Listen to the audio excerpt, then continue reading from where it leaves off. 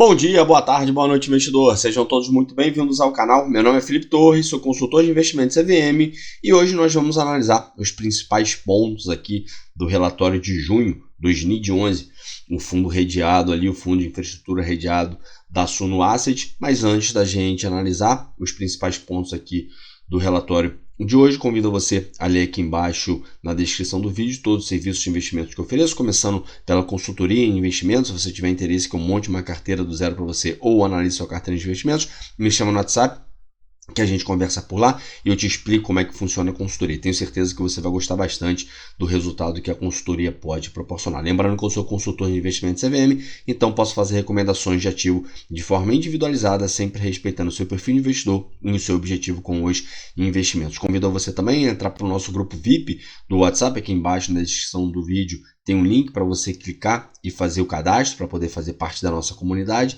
e também tem todos os benefícios que os membros possuem. Convido você também a entrar para o nosso grupo aberto do Telegram. Aqui embaixo tem um link, basta clicar para você ser direcionado para lá. E por fim, para aqueles que gostam de ler, não deixem de conhecer o meu livro Renda Passiva, o Caminho para a Liberdade Financeira, um livro com aproximadamente 100 páginas que eu escrevi com uma linguagem super acessível, justamente para poder facilitar a compreensão e você conseguir colocar em prática todos os ensinamentos que tem no livro. Lá no site tem algumas páginas do livro que eu deixei disponíveis para você poder ver a linguagem que é utilizada. Também tem um sumário para você poder ver todos os tópicos que são abordados. Tenho certeza que você vai gostar muito do conteúdo que você vai encontrar no livro. Feitos avisos, vamos então aqui para o relatório de junho do SNID 11. A última distribuição anunciada, R$1 por cota, o que equivale ali a um dividend yield anualizado de 12,66%. Nos últimos 12 meses, o fundo está com um dividend yield de 13,17%. Cota patrimonial do fundo fechou ali no mês de junho em R$ 101,12. Patrimônio líquido de praticamente 73 milhões de reais. O fundo está com um carrego de CDI mais 2,31%, uma duration de 4,7 anos, já possui uma base de 6.488 cotistas e o volume médio diário ali de negociação em junho foi de R$253 mil.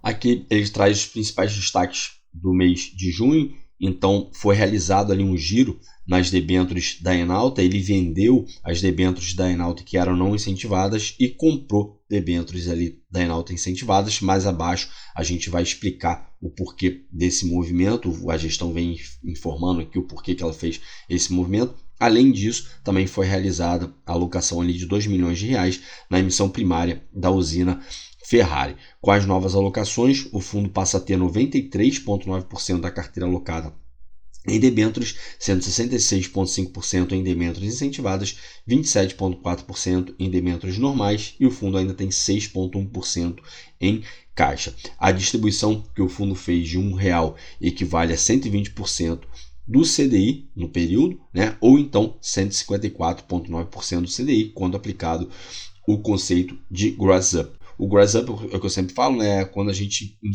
faz o comparativo com um ativo que tem incidência de imposto de renda. Então fica uma comparação mais justa, né? Então nesse caso aqui é como se eventualmente os FIINFRAs tivessem incidência de imposto de renda, essa rentabilidade seria ali de 154,9%, porque aí teria que descontar os 15% do imposto de renda.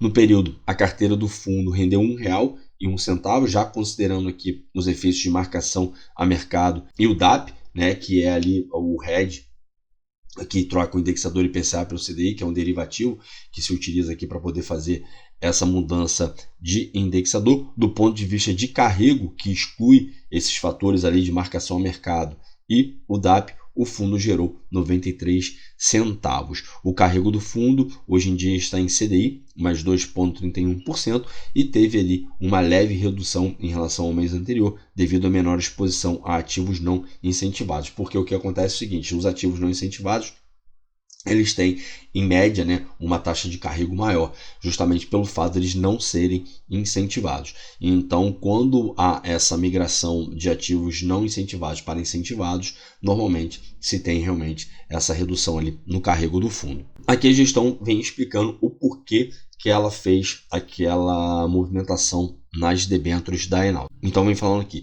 que foi vendido uma posição na debênture não incentivada da Enalta a uma taxa de CDI mais 2,36% e em seguida foi realizada uma compra de outra debênture da Enalta, só que aí nesse caso uma debênture incentivada com uma taxa de IPCA mais 8,26%. E é realizado o RED, né, quando foi feita ali a montagem da compra do DAP, essa taxa ficou em CDI mais 1,76%. Aqui a gestão vem explicando o porquê dessa troca. Então vem falando aqui que apesar desse giro gerar um efeito inicial negativo no carrego da carteira, pois num primeiro momento foi feita ali a troca de um ativo que foi comprado a CDI mais 3,54%, então a debênture ali não incentivada, ela tinha essa taxa de CDI mais 3,54% e foi trocada por uma debênture que rende ali CDI mais 1,76%. E aí, no primeiro momento o cotista fala assim, tá, mas por que foi feita essa troca?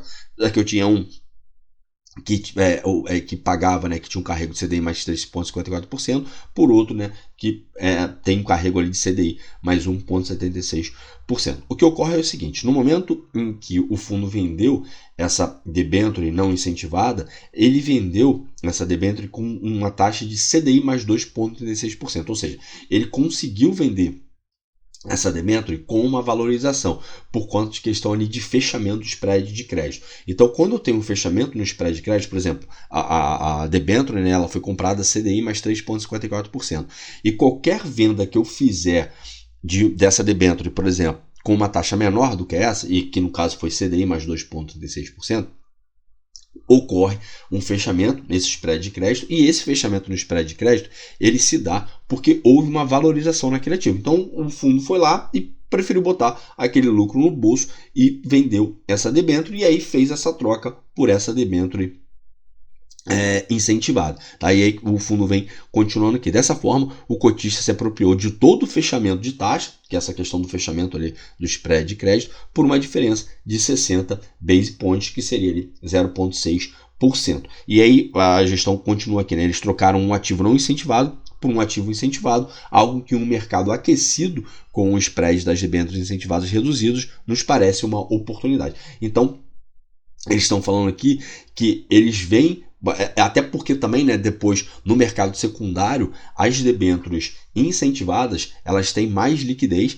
e aí o fundo consegue fazer um giro mais acertado, um giro mais apropriado, por conta de uma eventual valorização que essa debênture possa ter, e existe, né, uma probabilidade maior dessa debênture, né, que é uma debênture incentivada, que tem uma liquidez maior no mercado, de ela realmente ter uma valorização no mercado que é uma debênture não incentivada. E aí que a gestão finaliza informando que com essa compra eles passam a ter um ativo com maior possibilidade de fechamento de taxa, dado que a debênture não incentivada, que foi aquela primeira que o fundo havia comprado e que foi vendida, né, ela já estava sendo negociada perto da taxa de recompra ali pela empresa, então já não tinha muito o que ganhar de valorização ali, o que gerar alfa para o fundo. Além disso, a gestão espera que também um ganho no fechamento de spread desse papel que foi comprado agora, né, dessa debênture incentivada ali da Enalta, porque ela possui uma duration maior.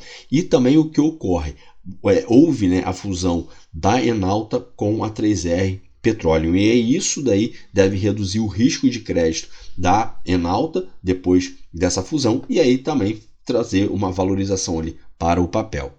E para finalizar essa operação aqui que foi feita nas debêntures da Enalta, o fundo traz aqui que essa operação resultou em um retorno extraordinário, apresentando uma TIR de 24,1% aqui para o fundo, o que é um excelente retorno, enquanto o CDI nesse mesmo período rendeu 7,7%, o que significa uma TIR de CDI mais 15% ao ano, ou 311,5% do CDI. Então foi realmente um movimento muito interessante que o fundo fez, trouxe aqui um retorno bastante expressivo e conseguiu gerar um alfa aqui muito bom para o fundo. A outra movimentação que o fundo fez foi a compra da debênture incentivada da usina Ferrari a uma taxa de IPCA mais 7,53%, e aí quando foi realizado o DAP, né, que é o swap ali do IPCA para o CDI, foi finalizado ali com uma taxa de CDI mais 1,14%. Com essa alocação na usina Ferrari, o fundo volta a ter uma alocação acima de 5% no setor sucroenergético. Desde o início do fundo, que foi em fevereiro de 2023, o fundo entregou um retorno total de 20,7%, já incluindo aqui o reinvestimento dos rendimentos, das amortizações. E se formos considerar o efeito de gross up, essa rentabilidade fica em 26,7%. Aqui o fundo traz a atribuição de performance de cada componente aqui do fundo. Então, o CDI no período ele rendeu ali 77 centavos, o spread, que é aquela taxa, né, que tem sobre ali o CDI, 20 centavos.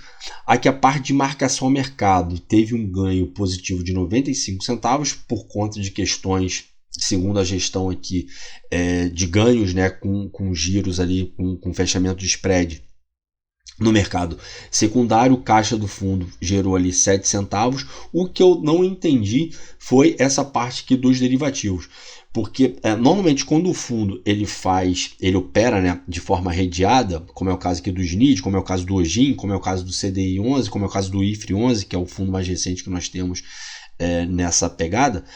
Quando a gente tem uma abertura na curva de juros, essa parte aqui é para ela ficar positiva, porque, enfim, o principal objetivo de você ter um DAP, de você fazer esse hedge, é ele te proteger nesses momentos em que há essa abertura na curva de juros. E aqui, nesse caso específico, ele está marcando R$1,17 negativo aqui para o fundo. Então, se no próximo relatório a gestão puder explicar isso daqui, o porquê que veio marcado negativo aqui, porque no mês de junho a gente teve uma abertura na curva de juros e era para isso daqui, era para o hedge ter funcionado, né? Era para o hedge ter ficado positivo aqui. Então, quando o hedge fica negativo, enfim, fica uma situação um pouco complicada da gente conseguir entender. Inclusive aqui embaixo eles vêm falando sobre isso, e aí a explicação que eles dão aqui é meio que incongruente, né? Porque vem falando aqui: os derivativos, que são os instrumentos utilizados para realizar o swap de indexador das debêntures incentivadas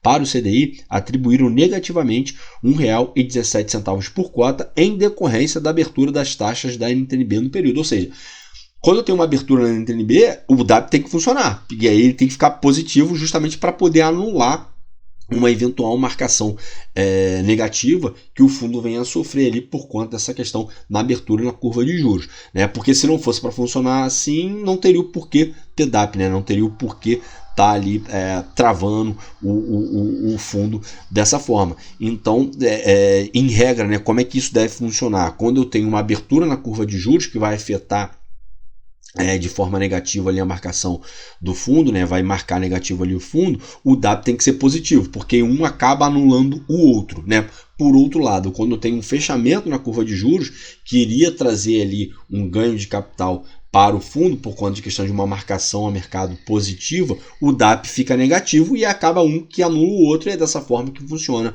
o hedge. Então, sinceramente, aqui, nesse caso, não entendi muito bem. Se a gestão depois puder explicar o porquê, né, desse rendimento negativo aqui de R$1,17 por cota, seria interessante para a gente poder entender o porquê disso daqui. No mês de junho, o fundo gerou um carrego de 112,1% do CDI, devido ali ao término, né, das alocações da segunda emissão. E se a gente considera o gross up, essa rentabilidade equivalente aqui ficaria em 131,8% do CDI. A carteira do fundo, hoje em dia, como a gente falou lá em cima, está alocado em 37 ativos, com 31 emissores diferentes. A taxa média das debêntures da carteira está em CDI, mais 2,46%. Uma duration de 5 anos. O rating ponderado aqui da carteira está em AA-. 79% da carteira está alocado em ativos com alto grau de crédito, que vai do AAA até o A+, e o fundo possui ainda em caixa 6,1% do patrimônio líquido. Aqui embaixo a gente vê o portfólio do fundo. Então a maior concentração é nessa debênture aqui da TESC, que é o terminal aqui de Santa Catarina, que representa 7,1% do patrimônio líquido do fundo. Possui ali o rating A+, e um spread de 2,62% em relação ao CDI e uma duration de 5,1 anos. Depois que a gente tiver interesse, basta acessar aqui o relatório para poder ver os ativos que compõem o portfólio aqui de forma mais detalhada. Hoje em dia o fundo está alocado nos 66% em debêntures incentivadas e 27,4% em debêntures ali não incentivadas, em debêntures normais, né? E 6,1% ali em caixa. Aqui nós temos a exposição setorial, 23,4% saneamento, 16,7% energia elétrica, 9,7% locação de veículos, 9,3% rodovias, 7,8% importos, e aí vai reduzindo até chegar aqui em 1,8% na agroindústria e 1,5% em materiais básicos. Aqui nós temos a exposição por rate, então como a gente viu lá em cima, a carteira do fundo possui um alto grau de crédito, né? A maior parte aqui está alocada em ativos com rating A, que vai do AAA até o A, e a gente tem aqui uma pequena porcentagem em ativos com rate B, né? 4,2% aqui no BBB+, e 2,9% no duplo B+, e 2,3% da carteira não possui rating.